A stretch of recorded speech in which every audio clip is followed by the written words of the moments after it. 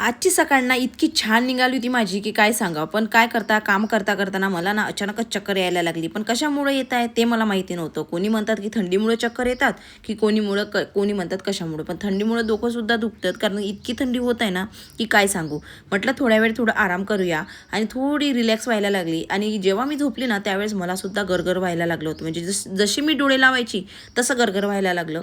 त्यानंतर बसल्या बसल्या तरी थोडं काम करावं असं म्हटलं, म्हणून मी रांगोळी काढायला घेतली तुळशीपुढे. आणि छान अशी रांगोळीच काढत होती. तेवढ्याच तिथे ऊन पडत होती आणि पुन्हा मला चक्कर यायला लागले.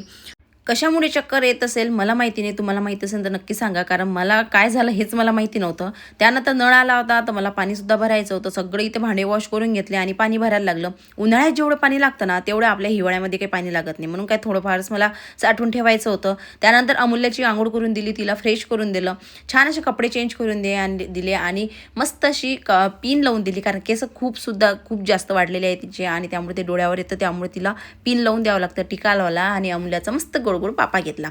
त्यानंतर मला स्वयंपाक करायचा होता. आता स्वयंपाकाचं करता करता म्हटलं चला इथं हिरवा भाजीपाला घेतलाच आहे मी, तर इथे थोडाफार तोडूनसुद्धा होते आणि भाजीवर लक्ष देणंसुद्धा होते. आजचा माझा व्हिडिओ कसा वाटला कमेंट करून नक्की सांगा. भेटूया नेक्स्ट ब्लॉगमध्ये. Bye bye.